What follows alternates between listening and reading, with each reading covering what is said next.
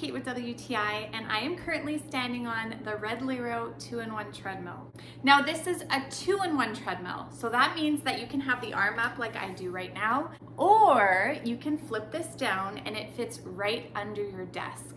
So if you're stuck at the office all day, maybe you work at home and you don't want to be sitting, you can use this right under your desk, especially if you have a standing desk, and you can walk while you work. Now, it also is so easy to store. I can fit this right under my bed. You can just put it up against the wall in a closet. It's really, really easy and compact, so you can store it without any issues. It's also really easy to wheel around. My son is only 12 and he brings it from room to room as I need it and sets it up for me, so that's really convenient as well. So one of the first things I notice is the safety features. So you want to clip this onto your body when you're ready to walk or run.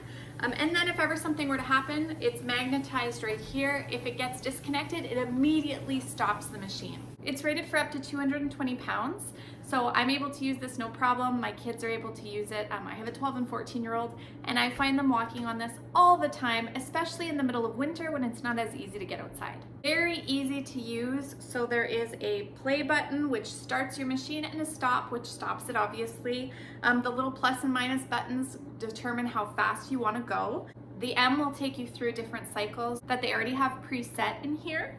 And then if you tap the P, you can see your time, your calories, and your step count. Now, if you happen to have this flipped down because you are working at your desk, it has a remote. It's got a great little tray here, so if you want to use this to hold your phone or your tablet, or maybe even a book or something. This has been so convenient. It makes your sedentary office life not so sedentary anymore. It's a great addition to have in your home. If you're looking to get a little more movement during the day, up your step count, this is a really, really excellent way to do that. And that's my point of view.